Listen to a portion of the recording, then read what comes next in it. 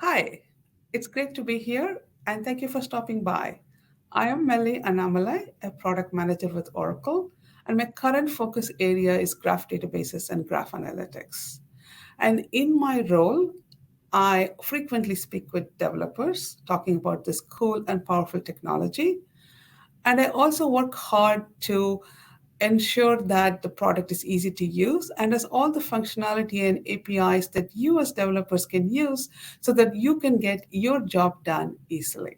So I'm really excited to be with you here today.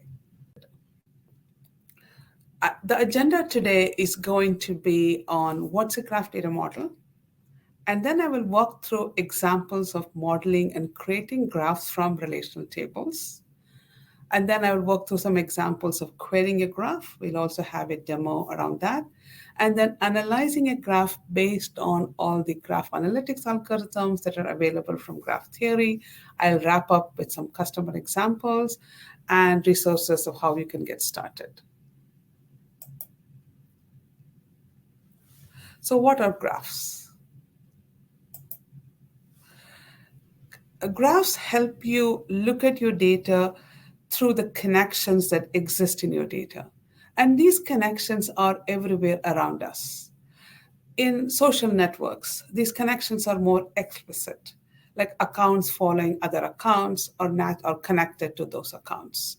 If you repost a message that someone has posted, that's a connection between your account and the account that posted the original message. Then let's look at bank transactions where the connections are more, let's say, implicit. So let's say you and your friend went out to dinner and later you transferred to them money through a payments app. That is a connection between your bank account and your friend's bank account because money was transferred from your account to their account. So that's a connection between these two bank accounts. So when you make these connections explicit, that allows you to analyze your data based on the connections in the data. And that's what has allowed our customers to do lots of interesting things with data. So PaySafe, a payment solutions company, has said that these identifying or analyzing your data based on these connections has allowed them to dig a little deeper into the data and ask questions that they had not even thought to ask before. And that's the part of graphs. And we'll see some examples of how you can use graphs, how we can query graphs, and so on. So let's look at an example to understand what we mean by graph traversal and finding connections between data entities. So here in this table, you have rows of entities, and each row indicates that the two entities are connected to each other. Like A is connected to B, A is connected to D, and so on. If you have the question, is A connected to F? To figure that out, you can write a bunch of self-joins and look at and run these queries on this table to find out whether A is connected to F. But when you model your data as a graph, that is more intuitively obvious that A is indeed connected to F. And this connection is indirect. It's not direct, it's indirect, goes through D and E. But there is a connection between A and F, and this is the kind of thing that graph queries help you identify easily. Now let's take another look at a different node, I. And let's say we're looking at what are the incoming connections to I. There are three direct connections from C, G, and H. But what is nice about graphs is you can find not just the direct connections, but the indirect connections. So E and F are connected to I also through G, through two hops, going through two hops. And then C and D are also connected to I through 3 and 4 hops, and so on. So you can see here that there are lots of incoming connections to I from many different nodes with varying path lengths. And these are the types of things that you can do well with graphs, identifying these connections, these patterns, how well a particular entity is connected, and so on. So let's look at a concrete example from financial transactions. I have two tables, a bank accounts table and a bank transactions table. In the bank accounts table, I have information about accounts, account ID, name, and so on. So each row has information about an account. In the bank transactions table, each row has information on cash transfers between accounts. I have a from account ID, a to account ID that tells me which account transferred money to which account, and some description about these accounts, about these transfers. So I have this data, and now I need to see whether there is fraudulent transaction in this by looking at the data in the bank accounts table and the bank transactions table. So some of the things I would want to identify when looking at fraud are things like, is money moving around in cycles? Can I look at the bank transactions table and see whether money starts from one account, goes through other accounts, and then comes back to the original account? Or perhaps I've flagged one account in the bank accounts table as a fraudulent account. Are there other accounts that are transferred money to this account, either directly or indirectly, that would make me want to investigate this other account as well? And which are the accounts in the bank accounts table that have a lot of money flowing through them? Which pairs of accounts or which groups of accounts have an unusually high number of cash transfers going on between them, again, either directly or indirectly? So if I want to answer these questions using the two tables that we just saw, I should represent that data in that table as a graph. So let's look at the key elements of the property graph data model. The graph data model has a set of vertices that represent entities. Like bank accounts are naturally the entities in this data set, and they can be represented as vertices, also referred to as nodes. And then you have edges that connect these entities based on the relationships or connections. In this case, we're looking at the cash transfer relationship as the connection between two accounts. And vertices and edges can have properties, like the vertex account can have properties such as an account ID, name, and so on. And the transfer edge can have properties such as the amount, the timestamp, and so on. So this is basically the graph data model. So now how can we go from the relational tables that we had to this graph data model? So let's put some data in here to see how that would work. So the bank accounts table has the different accounts, and these are naturally the vertices, as we said. These are the entities in your data. These are the vertices. So every row in the bank accounts table becomes a vertex in your graph. So then we have to build the edges between these accounts. And we can say that when you have a cash transfer from account ID 1 to account ID 672, as you can see from the first row of the bank transactions table, that is an edge. I can then add another edge by looking at a different cash transfer from account ID 2 to account ID 833, and so on. So your bank accounts table is your vertex table. Your bank transactions table is your edge table, representing the cash transfer between these accounts. So you can build up your graph in this way. So you end up with something like this in your graph data model. You have all your accounts as vertices. Those are the little dots. And the edges are the cash transfer relationships that are connecting them. So when you have this graph, the next thing you want to do is now see how you can ask questions of this graph to identify the fraudulent cases we were looking at earlier to answer some of the business questions. So you would want to say, are there highly connected accounts? Like this account here, which visually you can see clearly has a high number of connections. And once you have something that's highly connected, maybe you're suspecting something about that account, so you can see, are there cycles that start and end with that account? So perhaps you're looking for all cycles that start and end with that account, and that is a pattern you can see again in this graph.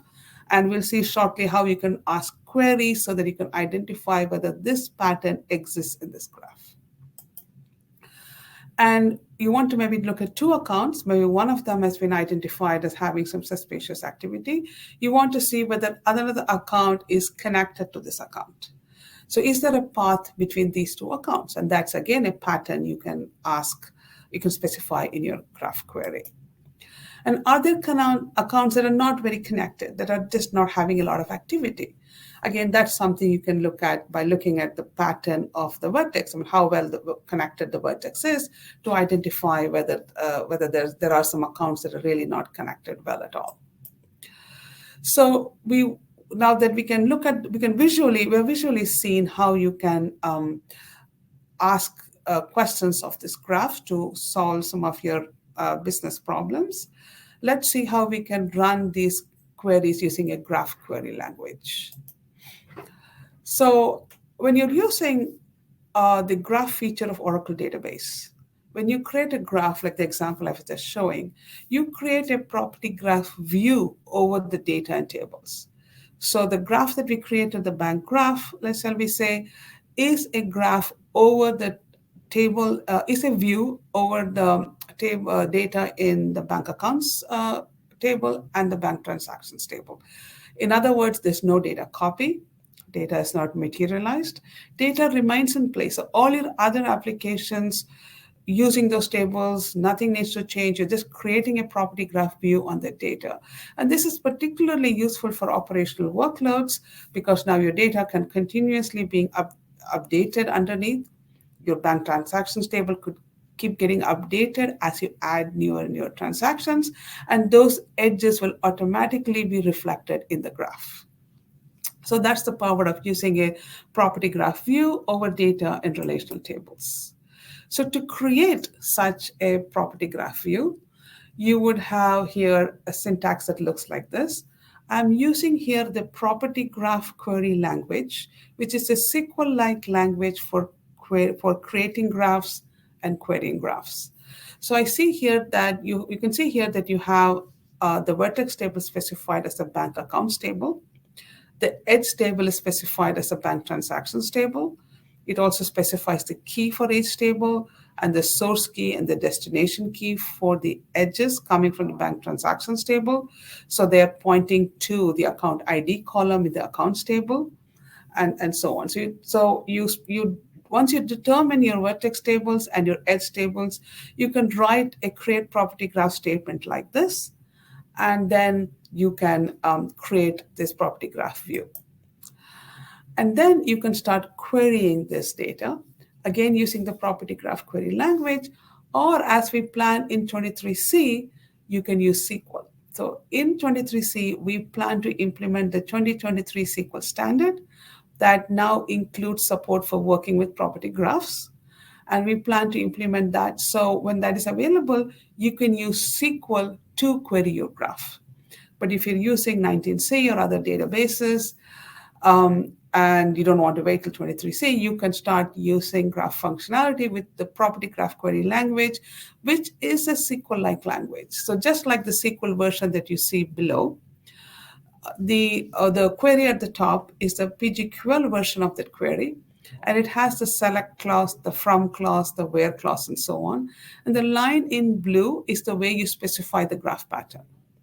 So anything in parentheses is a vertex, anything in square brackets is an edge, and in curly braces 1, 3 says 1 to 3 hops. So that pattern says start with vertex A, end with vertex A, and find me all cycles that are 1 to 3 hops long. So any graph query language has a very similar way of specifying the graph pattern.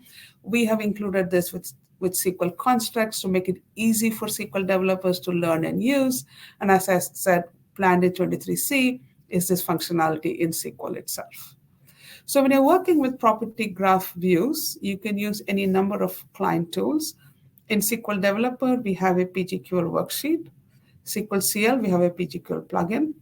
You can use Java or Python, you can run the PGQL queries from your application.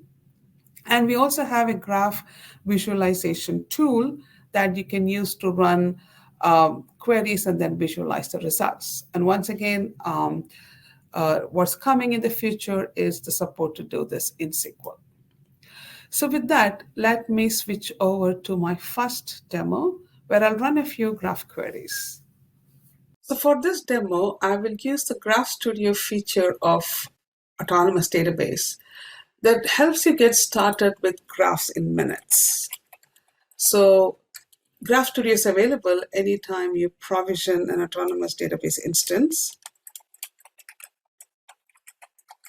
So let me log in using database user credentials, and this is a user I had created earlier. So once I log in, I can start modeling my graph. We'll see how I create a graph, and we'll also see how I use the notebook that's part of Graph Studio to query the graph. So to start modeling, I first select the tables that I want to include as part of my graph,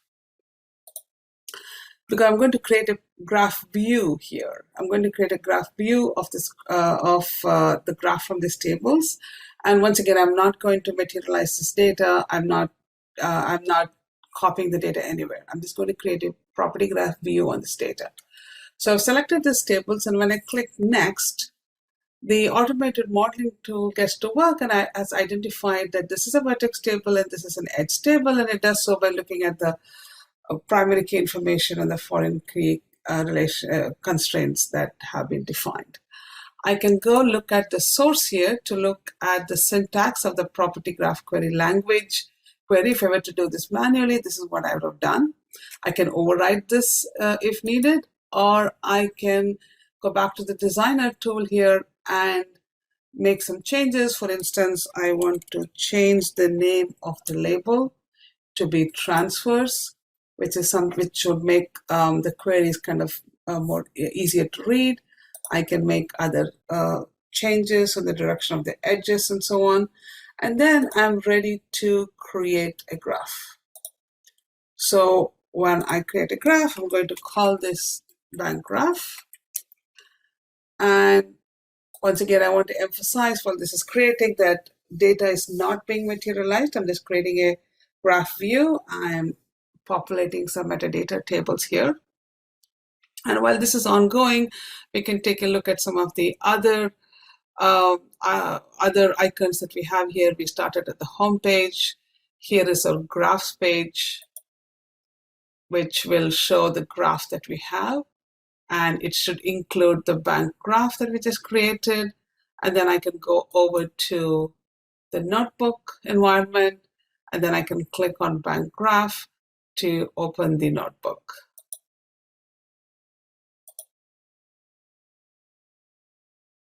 So now that the graph has been created, I can use this notebook, and here are a number of different interpreters. I can run a snippet of Java code to run graph algorithms, in this case, custom graph algorithms. I can add conda paragraphs. I can run graph queries in the database, or I can run graph queries in Graph Server, which is a special graph server designed to run graph queries extremely fast. I can add Python code here and so on. And I can also, for RDF graphs, run SPARQL queries. So there are many different things I can do here in this notebook. So let me start by loading this graph into memory. I think the create process might have loaded the graph. Yes, the graph is already loaded. So I can now ask a query saying, this is a PGQL paragraph. So I can say, find me all edges that connect any two vertices. So if you recall, anything in parentheses is a vertex variable, anything in square brackets is an edge variable. So here I'm saying, find me any edge that connects any two vertices. So it's basically like saying select star from tab. So here I get some of these accounts and how they're connected to each other via cache transfer relationships. I can change how the results are visualized. I can have a concentric view of the data. So depending on what you're looking for, you can look for different visualizations. And in this query, I'm going to ask something a little more interesting.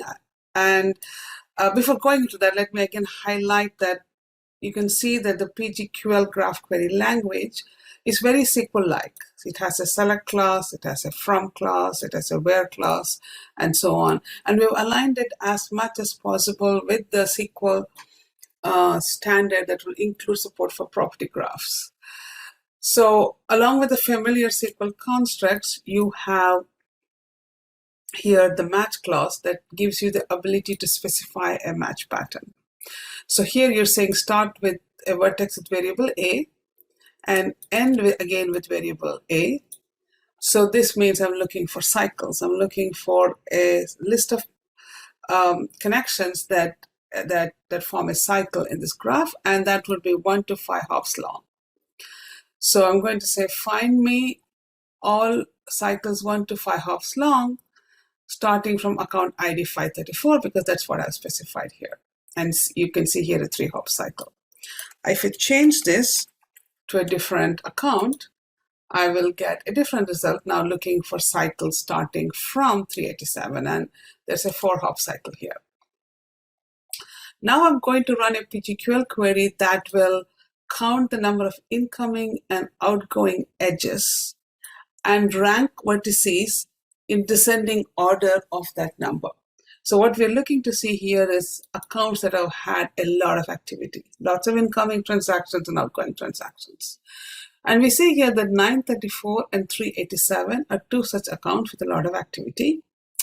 So if you start looking at maybe one of these accounts more closely, so let's say we start with 934, and I want to say I'm going to start with 934, so I'm running another graph query, and this time I'm going to say find me all the cycles that are 4 hops long that start and end in 934.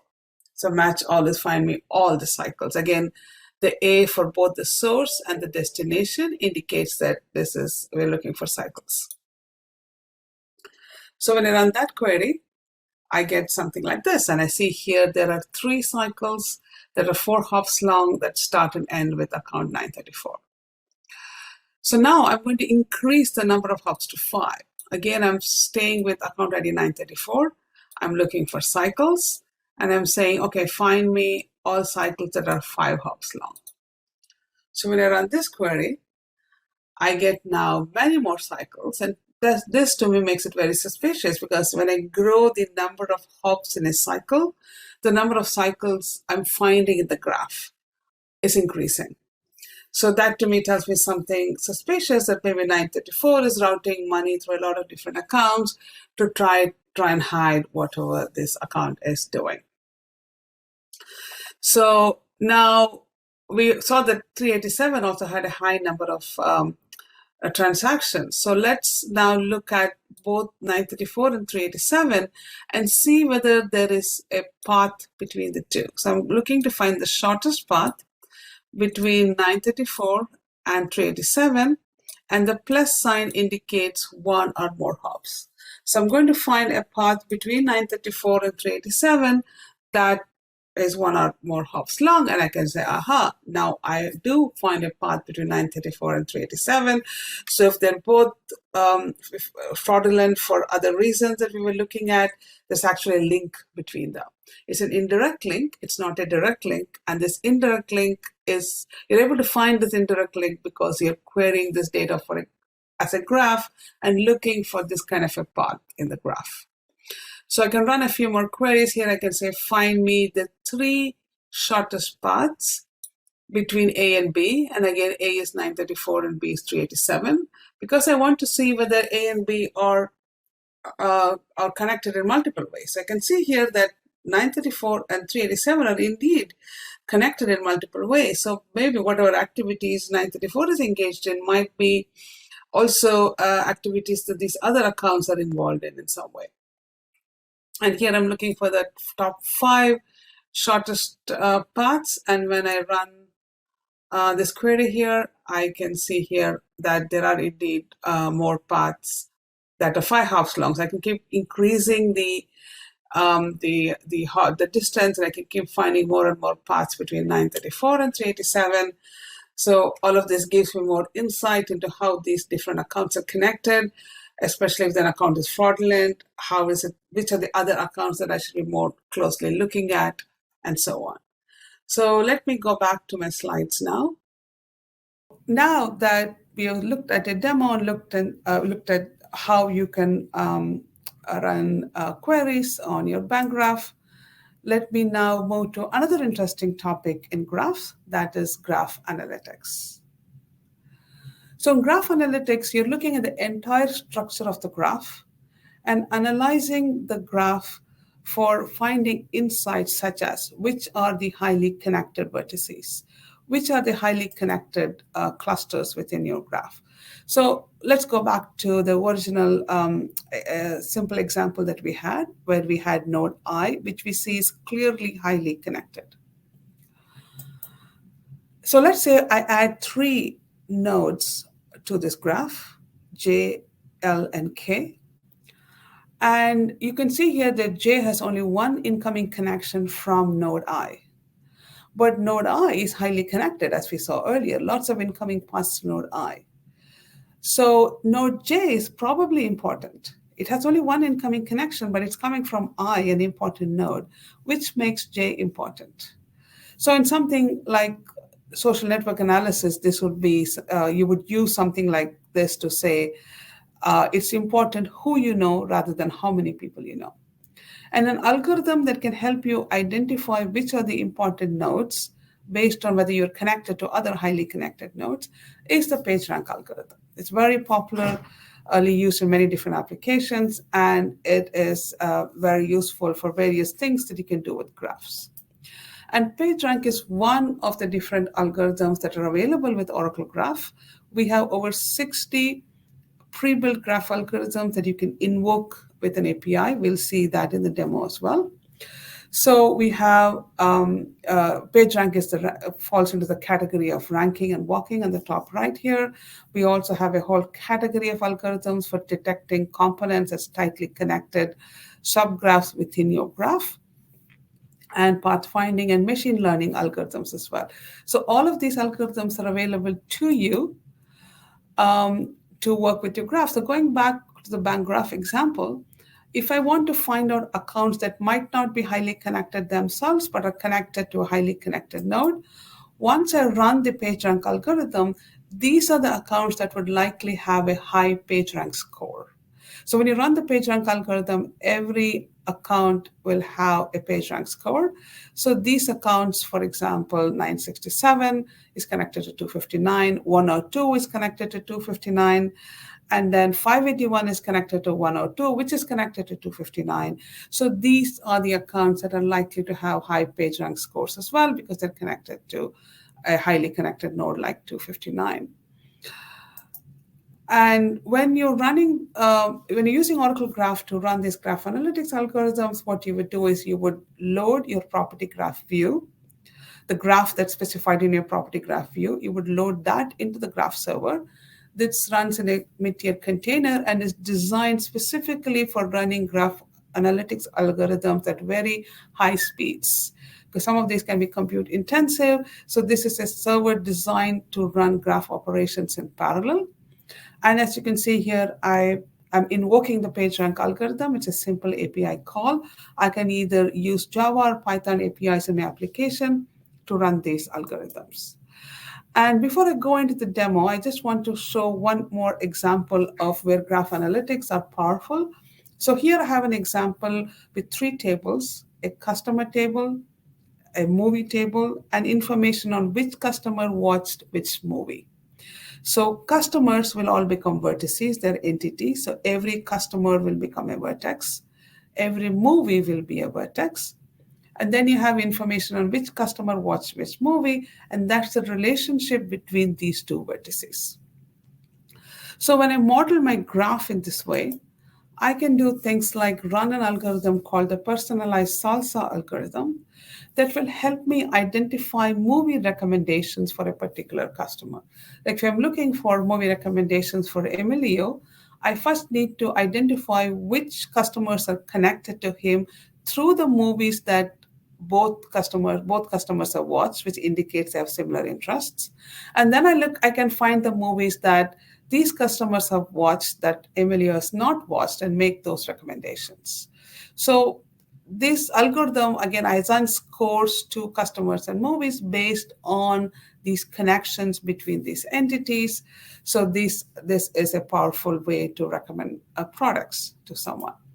So with that, let me now switch over to my second demo. So now I'm back in Graph Studio in the notebook, and I'm going to run the PageRank algorithm. So far we ran various graph queries to find different patterns in a graph.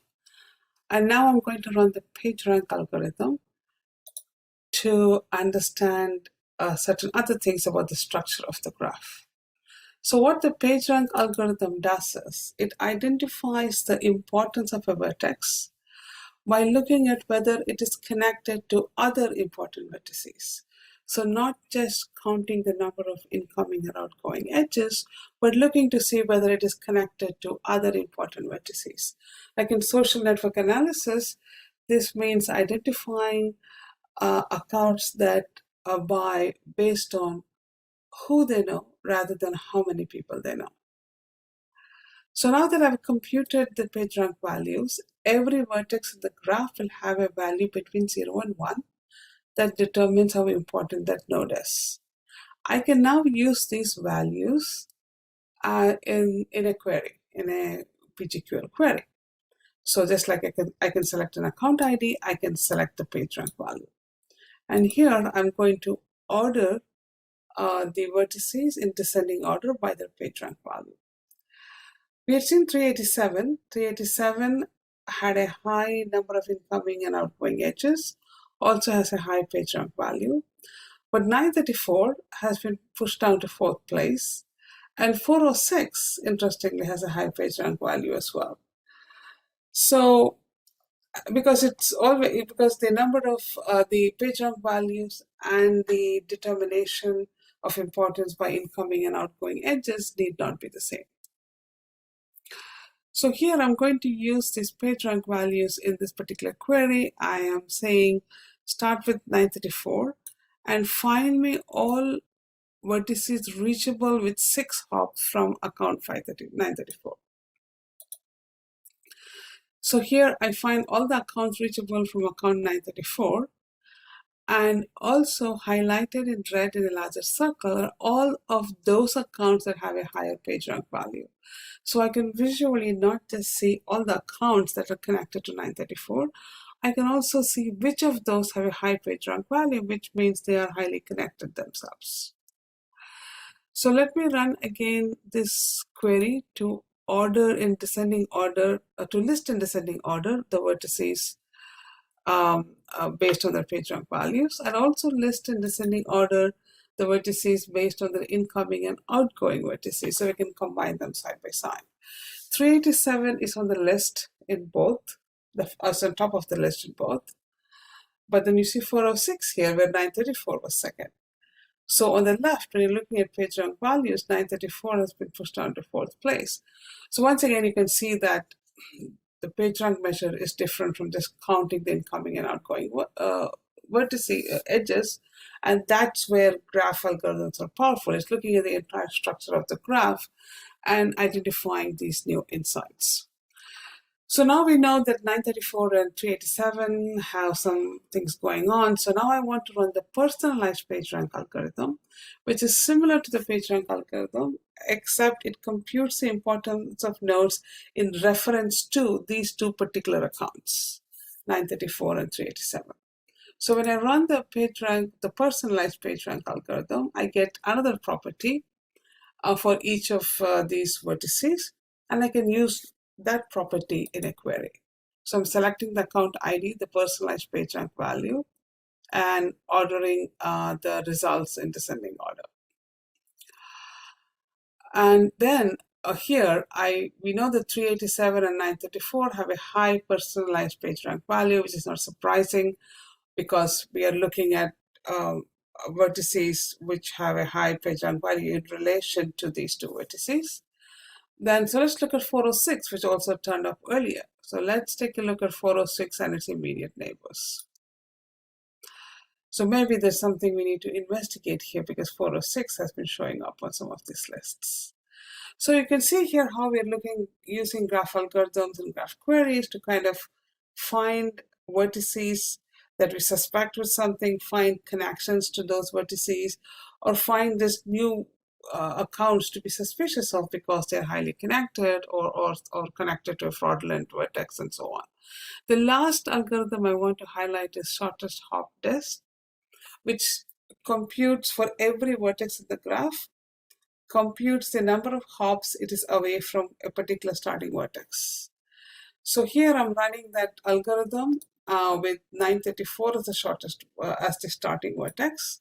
So when I compute this, it's going to give me each vertex is going to have a property that indicates how many hops away it is from 934.